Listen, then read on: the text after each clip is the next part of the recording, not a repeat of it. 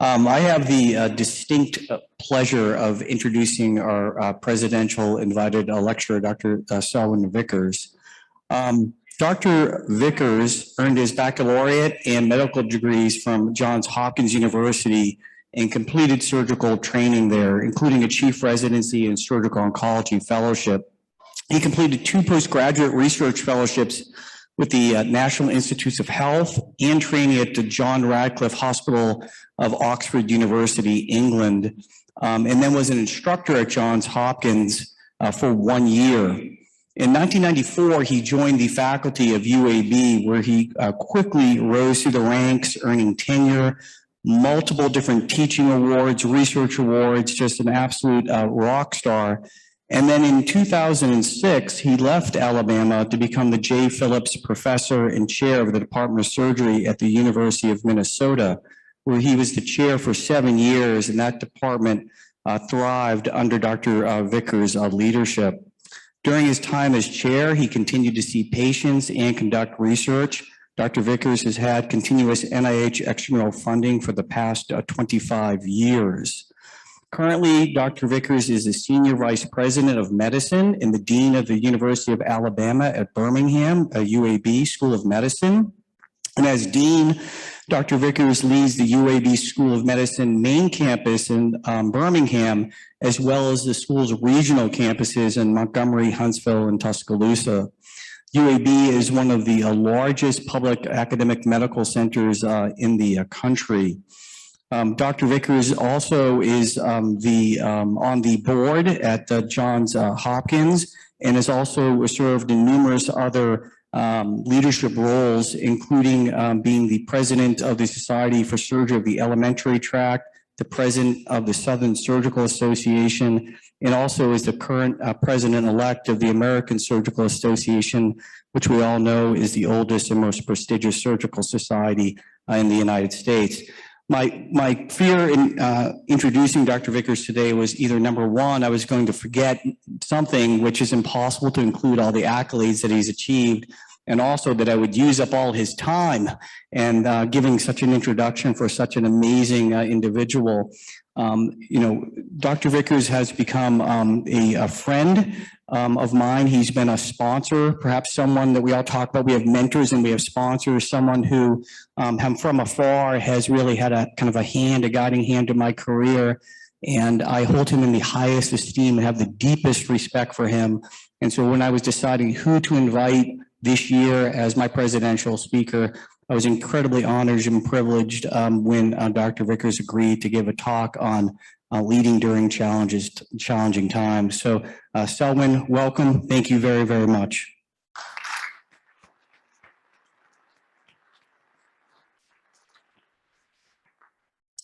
Thank you, Tim. It's great to be here. This organization was central to my growth as a young pancreatic surgeon. It's also great to see a lot of close friends in the audience. That's what's so outstanding about this organization. So thank you for all the friends who are here, and thank you, Tim, for the opportunity to be an invited speaker. So I think everybody will understand we've been through some challenging times, and hopefully what I'll share is a little bit of the backdrop of where we are as a country and society, as well as how surgery's played a role historically making a difference and finally end up in where we as surgeons, both as individuals and as institutional leaders, can make an impact. So no disclosures. You've heard an amazing amount about Tim Pollock and his introduction, but Mike DeAngelica about Tim and who he is as a family man. And his presidential address was phenomenal. So I said that to him personally, and I'll say that publicly. So thank you for the invitation. The officers, I didn't get a chance to meet all of you, but you guys are an outstanding group, and I know you'll continually guide this organization. You heard Tim mention about UAB. We're continually growing and trying to make a difference in care, not only in Alabama, but in the Deep South where disparities are significant. There are a lot of things that our state is first in. We get first in being last in a lot of things, most recently in the vaccine world. So I would highlight some of the things that we're first in that's good. Forbes recently named UAB as the #1 large employer in America. and beating out some great competition like Apple, Alphabet, Microsoft, Mayo Clinic, and Netflix. So we're proud of that fact that this is a great place to work anywhere as compared to in the country. We're the smallest metro area, about 1.2 million people, with one of the best restaurants or most outstanding James Bitterwood restaurants in America.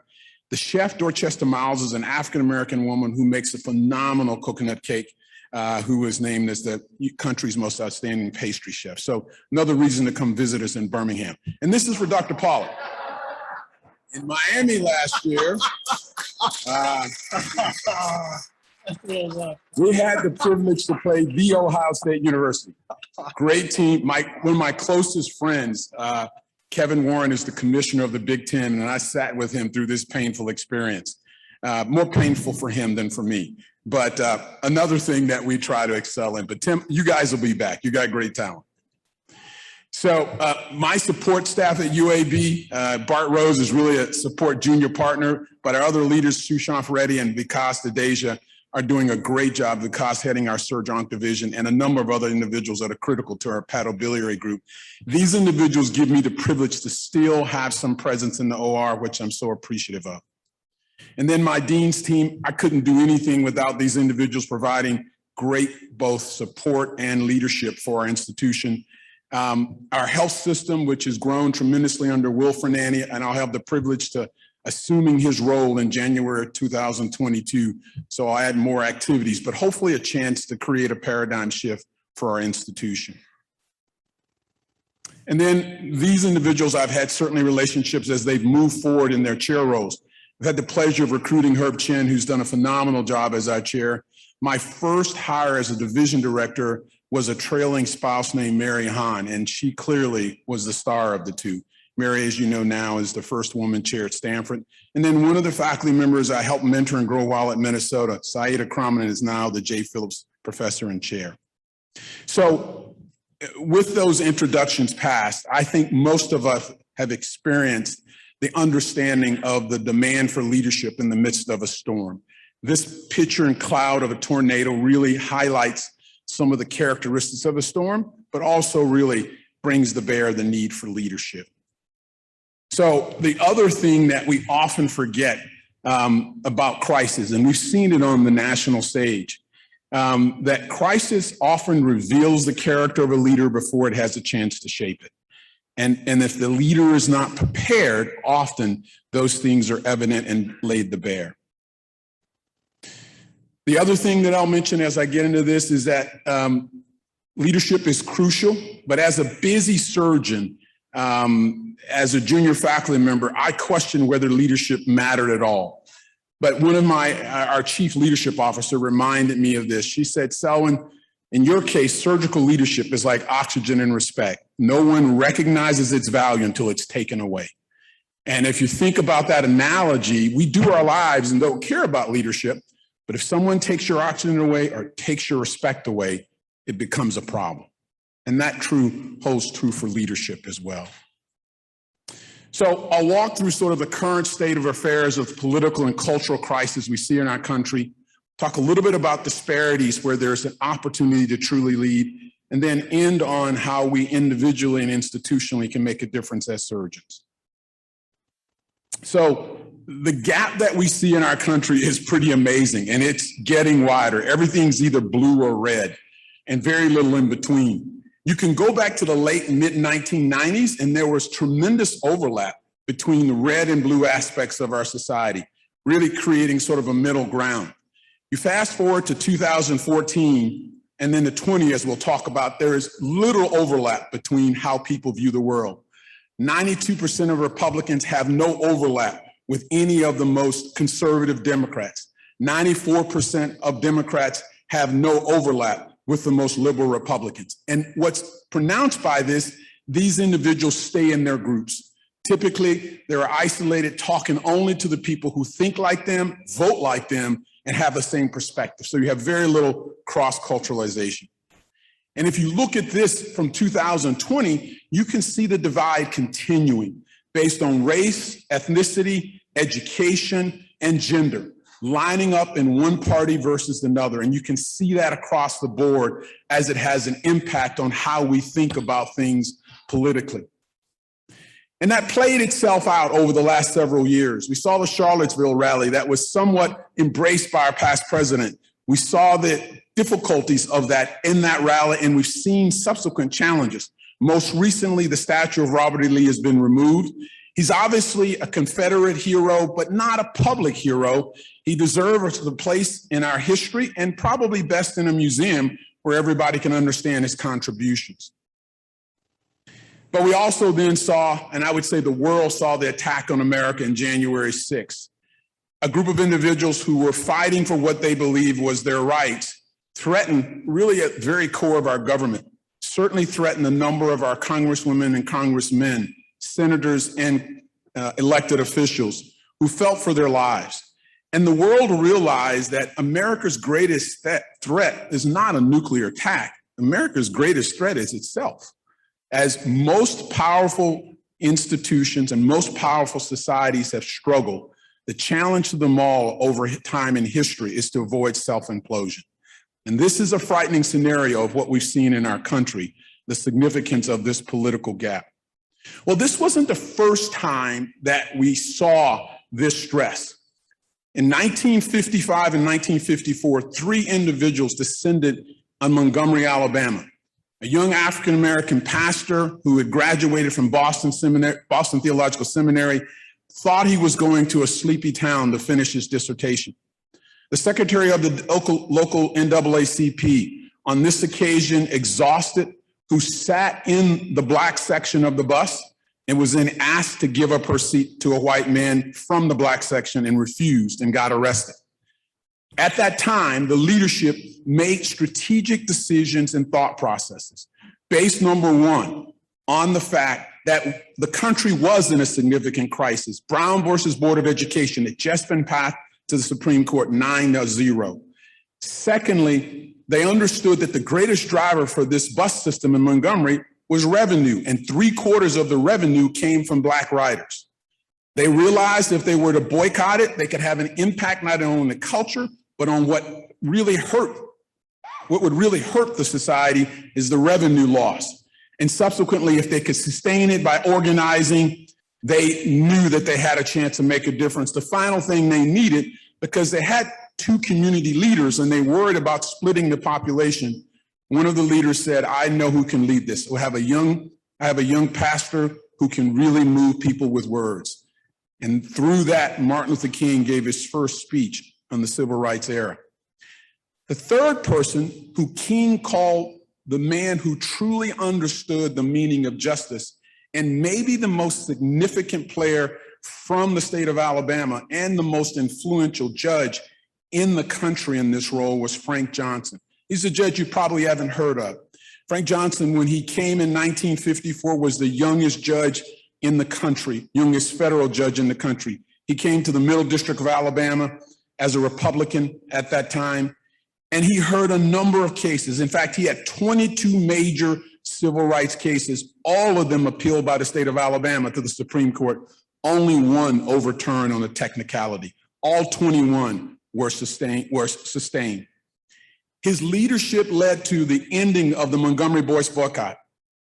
It was his decision that allowed the rights for votes to go forward, but most importantly, for the rights for the Black citizens to march from Selwyn to Montgomery after they had been nearly beaten to death the week before.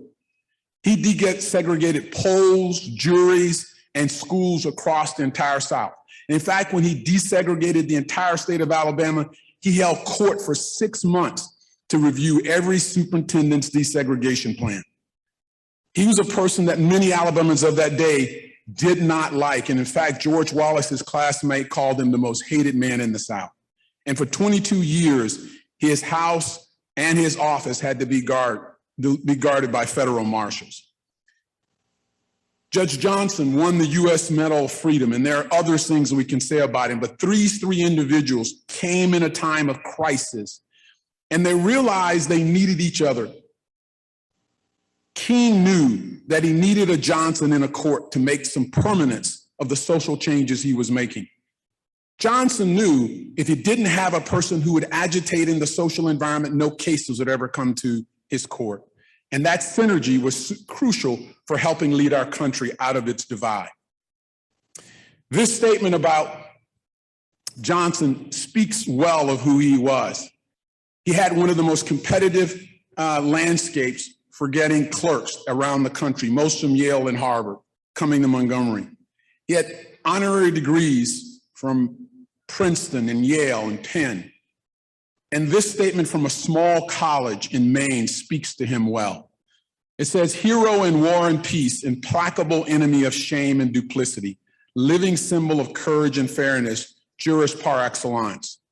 Through tides of emotion surge menacingly about you, you have read the law as it was, not as others might have wished it to be. In you, equity found a haven when others barred the door.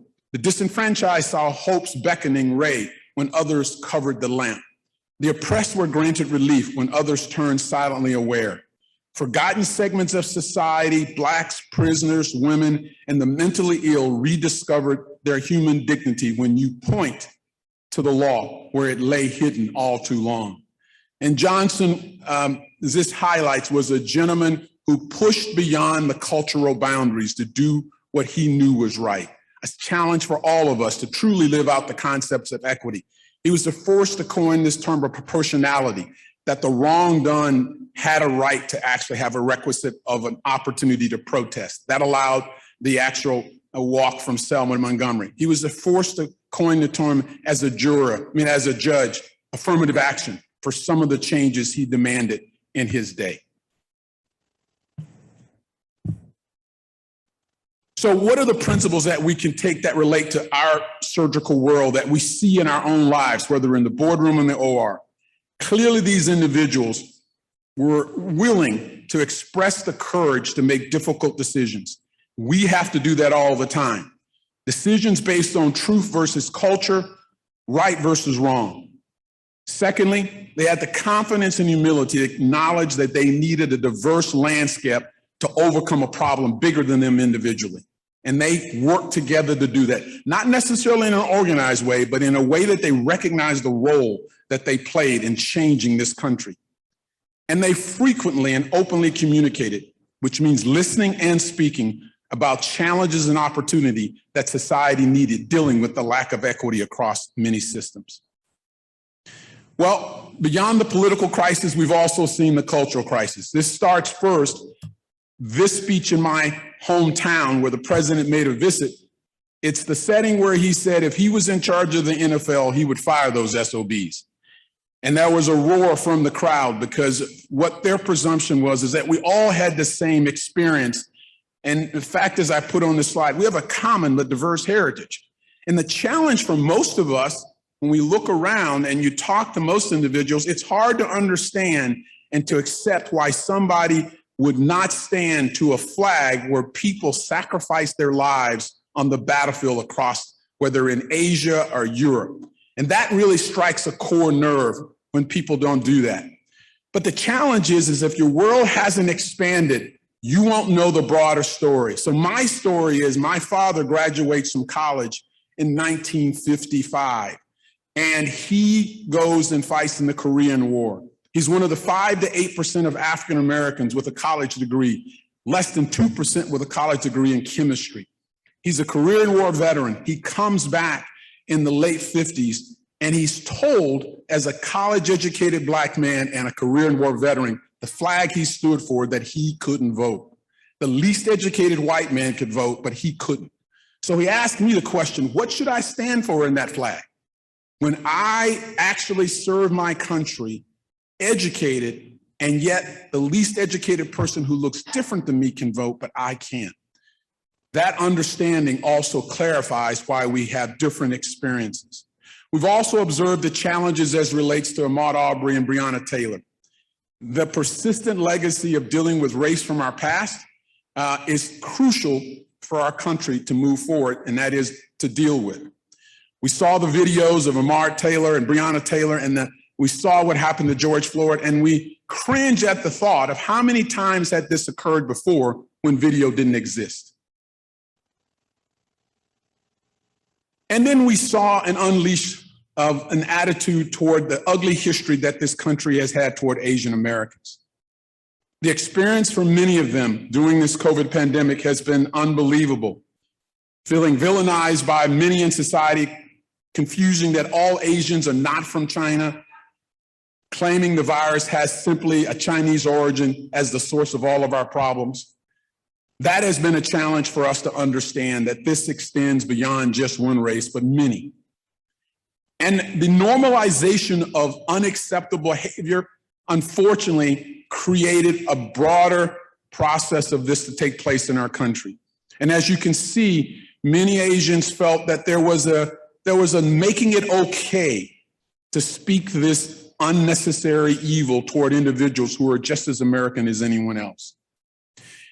Underlying all of this is not only this process of differing races, but it also drives economic differences. This video speaks to this concept of the economic differences that speaks to the challenges we've had with race. Let me go back. Can you click on this for me to play? Mine just simply moves it.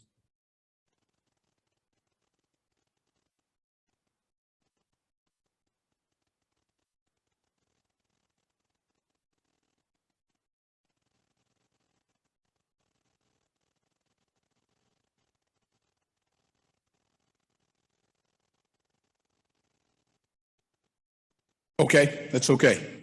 So this video really speaks about the challenge of economic inequality. And it speaks about the underlying theme that the two speakers make very clear, is that race probably is one of the biggest drivers of why there is significant economic inequality. And it challenges us to think about that in the context of the society we live in. In the midst of this cultural crisis, in the late 1980s, being a Black academic surgeon was less common, or at least more common than being a unicorn.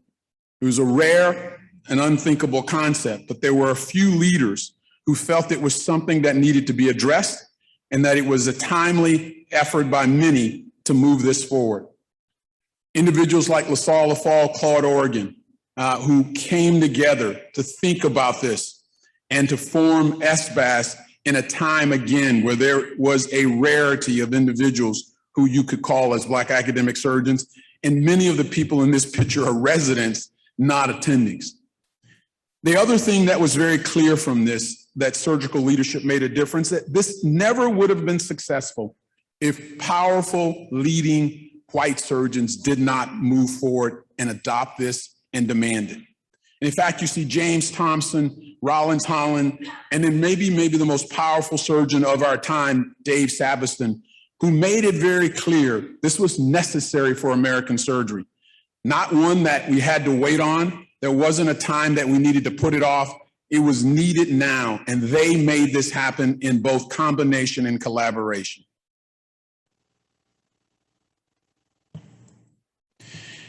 A story more close to home for me, Gil Deedham, who hired me after a struggle of deciding not to stay on the faculty at Hopkins. Jeff and I had that privilege to be offered jobs and leave. But Gil Deedham, who hired me, made a commitment when he came to Alabama from Cornell and Boston that he was going to make a difference. Two practical things he did. When he came, where segregated services existed and transplantation as an idea was only for the privileged, Gil decided that he would transplant everybody.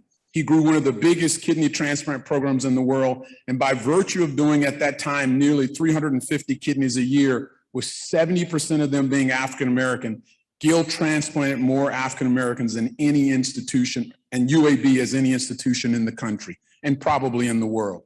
At the same time, Herschel Hamilton was the first African-American boarded surgeon in Birmingham. Gil, as Herschel told me, Gil gave him operating privileges when the culture and society would not allow him to ride on the elevator with his white residents. He had to walk the stairs. But Gil made sure he had an operating room and residents to support him for him to take care of his patients. Individual leaders have made a difference even in the culture crisis that existed way before what we see in 2020. And these lines show other cases. Eddie Cornwell, one of the first African Americans hired at Hopkins, where John made that decision to do it. Steve Staines speaks of Art Donovan, Jim O'Neill, and the influence both of his life nationally as well as choosing him for his residency. L.D. Britt speaks of where Gill made it clear that he and LaSalle Lafall would be members of the Southern Surgical, when the prevailing thought for most of the Southern Surgical members is that they would never be ready. And Walter Porres made a difference for him on a national scale. So what principles do we see from some of these? Number one, these individuals maybe not thinking in completely light of this, but we have to. Diversity is a core principle to a high-functioning team. It's not an afterthought, and it's not just about equity. It's about being excellent. If everybody on your team looks the same, you're not your best, because they're not bringing the diversity of thoughts and skills that will make you competitive. These leaders realized and appreciated the problem, but they did not make the mistake of assessing the problem and assessing the blame before they assessed the problem.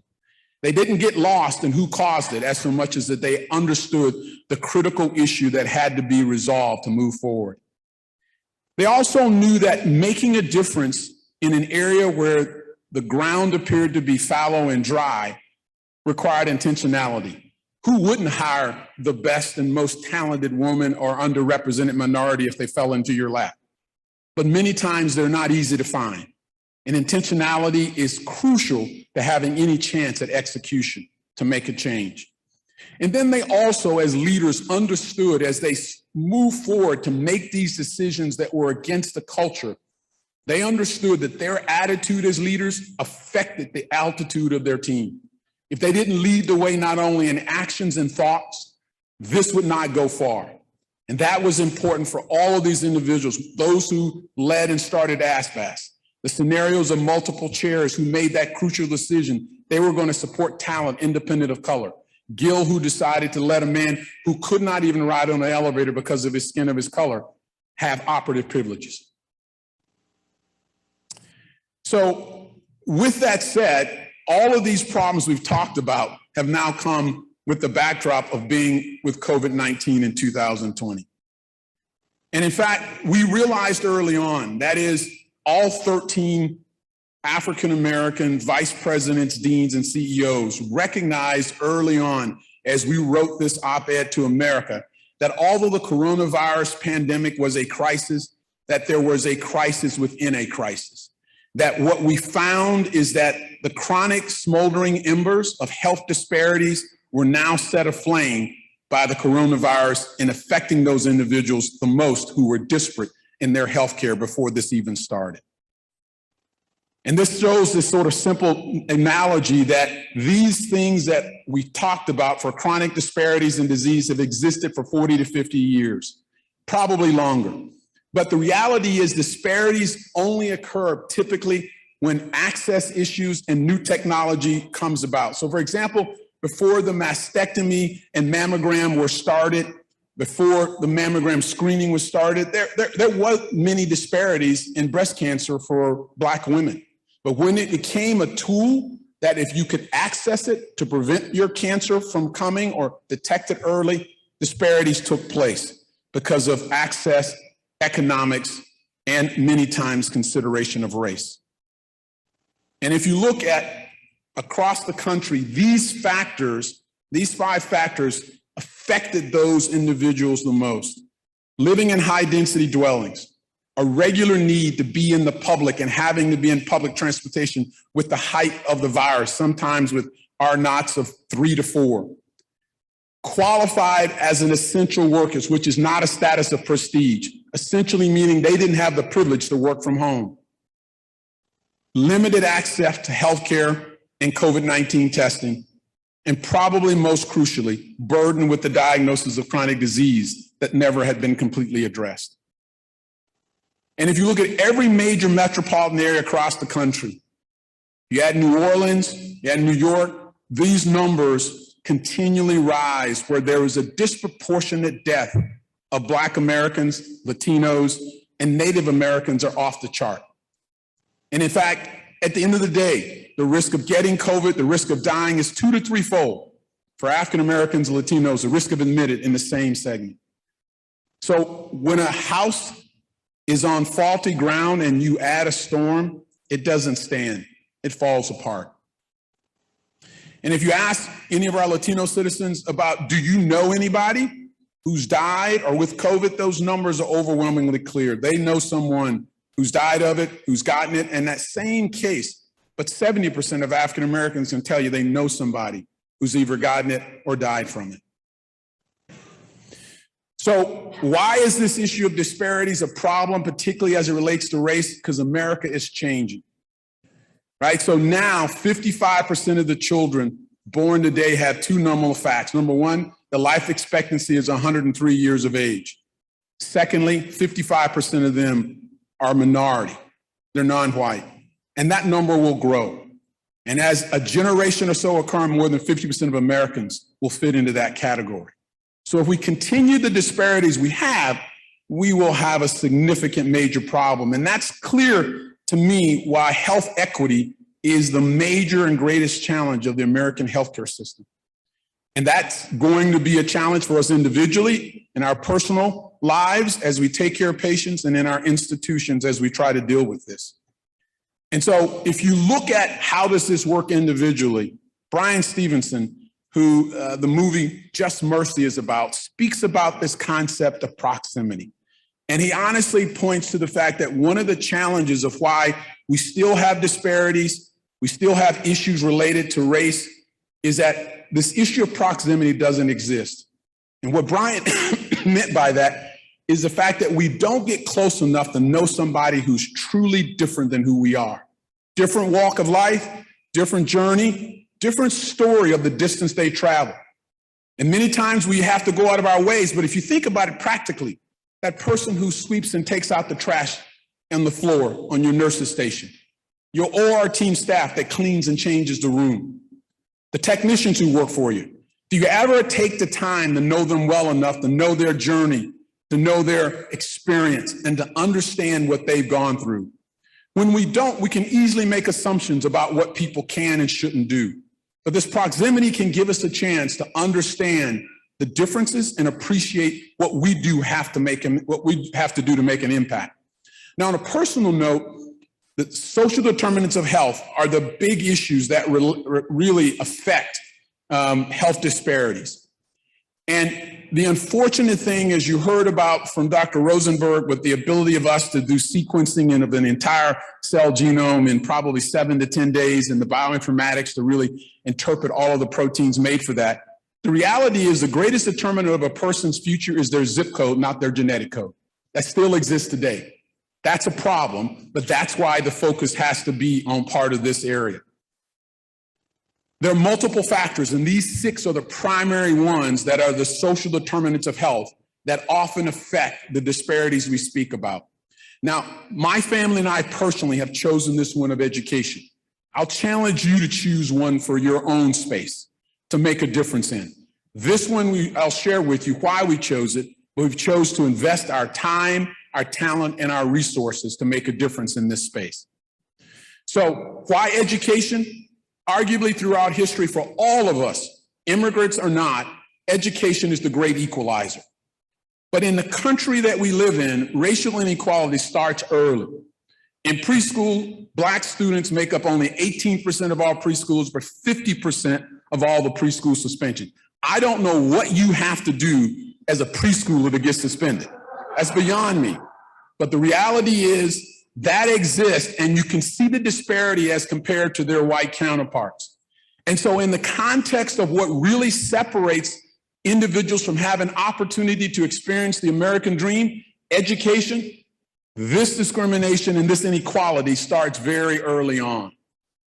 The other thing that you realize is you understand this process of how important it is to begin the understanding of this transition. And that transition is moving from learning to read to reading to learn. And if you don't make that transition, there's a lot that happens with that. In this scenario, as this article says, a student who can't read on the 3rd grade level by the 3rd grade is 4 times less likely to graduate by age of 19. And if you add poverty to the mix, that student is 13 times less likely to graduate. If you look at it again in a broader sense, A person who can't, at the time of third grade, read at the third grade level and has not made that transition from learning to read to reading to learn, they have an increased risk of dropping out. They have an increased risk of incarceration. They have a higher risk of poverty, and they have a shorter life expectancy. All of these things are fundamentally to the interest of me as a physician and as a health system leader. Certainly, if I can get them to read at that third grade level, it opens the door. It opens the door that reading and learning is actually valuable, and that the only thing that you have in life is not simply to be an athlete or an actor. It opens the opportunity for college, employment, increase in income, as well as increased life expectancy. I'll leave you with this. I'll give you two quotes from King. This is probably my favorite. And as it relates to your individual role as a surgeon, I share with you that my family and I have chosen this space of education, but there are 6 of those areas, whether it's sort of food deserts, whether it's access to care, you can choose your own. This quote, King says, "No code of conduct ever compelled a father to love his children or a husband to show affection to his wife. The court of law may force him to provide bread for the family, but it cannot make him provide the bread of love." King says a good father or a good leader is obedient to the unenforceable, the stuff that you do when nobody sees you. The ultimate solution to the race and equality problem lies in the willingness of men and women to obey the unenforceable.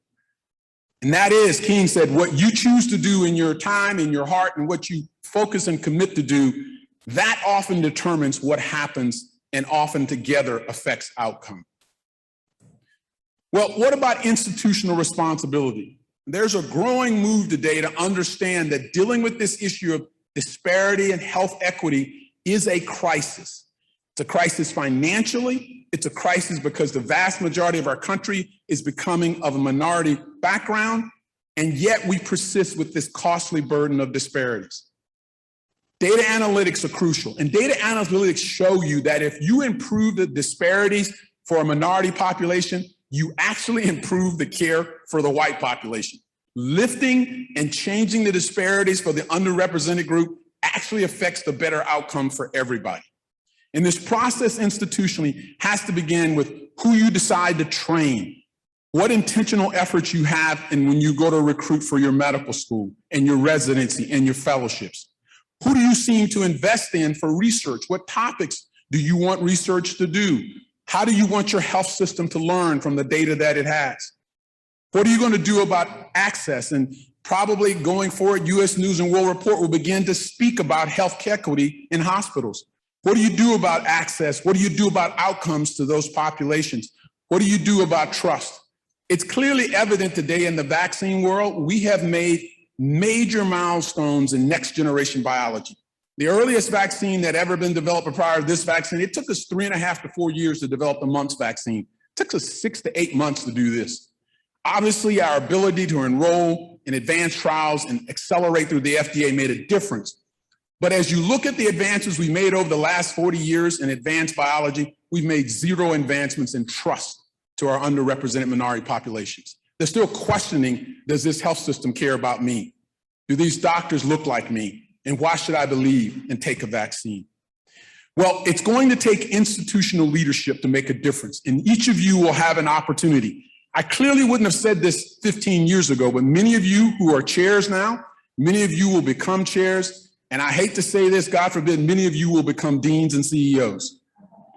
When I started in this role in 2013, there were only 5 surgeons who were deans or CEOs. There are over 20 now, and this number will grow. Not because you've lost your passion for surgery. Most of us have never lost and understand that one of the most greatest gifts that we have is being a surgeon and the privilege of taking care of patients. But our institutions recognize that often the most talented and capable leaders are surgeons. If a surgeon has an amount of emotional intelligence and has all the attributes that he's had or she's had from their training, they clearly often are some of the top, if not the best leaders in an institution. I will tell you this number will grow. It'll continually grow because there will be a demand for this skill set in leadership, and surgeons have done that throughout their careers and training. We as an institution, as I come to an end, we've made a commitment to make a difference in this health equity space. We've invested multiple millions now in a plan to move the health equity and disparities, not only in Birmingham, but across our state. Our first step in Birmingham is taking over the health system authority for our county indigent care, and we're now going to manage that. In the process, we want to make a huge difference in the outcomes, managing the populations, giving access, and changing the paradigm of chronic disease. In addition to that, we have plenty of room to grow. This is an example where we're first in being last, right? These healthcare issues are phenomenally prevalent in the Deep South, not just Alabama, but if you go from here to East Texas, they exist. There are huge opportunities for us to move the needle. But as I told you, these disparities, 40 to 50% of this has nothing to do with biology. It's really to do with their environment. Policy systems and environments are crucial for this. Good nutrition and wellness, physical activity. We have a 3 and a 5 year and 10-year plan. We've already started transforming communities with public-private partnerships, and we'll double our own investment by bringing in private partnerships to change sidewalks, to build bus stops, to create parks, to create learning and reading programs, to give access to primary health care, to bring in mobile food trucks. We're going to do that throughout our entire state, create partnerships to transform the culture. If we don't, who will? I'll end here, and this is my other quote, and I give this frame to visitors who come and speak institutionally for us as an excerpt from King's letter from a Birmingham jail. And the summary of King's letter is a response to 8 to 9 white clergymen who were basically saying, hurry up and wait. Do not force the issue. In time, things will get better. And King made it very clear that when is it ever time for the oppressor to want the oppressee to say, change? But King's bigger statement was, he said in this letter, he says, I understand the opposition and the hate that I get from white nationalists. I understand the opposition and hate that I got from the far right, from the Klansmen. Those things are very clear to me. He says, what I don't understand is the silence and the inaction of good people. Good people who chose to keep quiet because it was going to move their cheese. Good people who chose to keep quiet because it would cost them something a little extra. Good people who chose to keep quiet because they couldn't find the courage to do the right thing. I'll challenge all of us. As an organization, you're certainly moving in the right direction. But as individual surgeons, when you go back to your institution, will you remain in that category of good people who kept quiet? Or will you choose to actually act on what you know is right and make a difference? I will say this as I end with this last slide. I think that this slide, my people in my office hate this slide. I like it. But the reality is, it reminds me of myself and many of us, right? This is Courtney Townsend said to me, Selwyn, when I drive down an East Texas road and see a turtle on a fence point, I know a couple of things. Hell, I know he didn't get there by himself, right? Somebody helped him get there, and it was intentional. Secondly, it didn't occur without some sacrifice, both of himself and the individuals around him. And the thing I'll leave you with, remember that what lies in the past and ahead of you really pales in comparison to what lies within you. What is in you will make a difference. What you've been through and what you will go through really is small compared to what you made of. That too, hopefully, will make a difference as you move forward and seek to make a difference in your world and community. Thank you very much.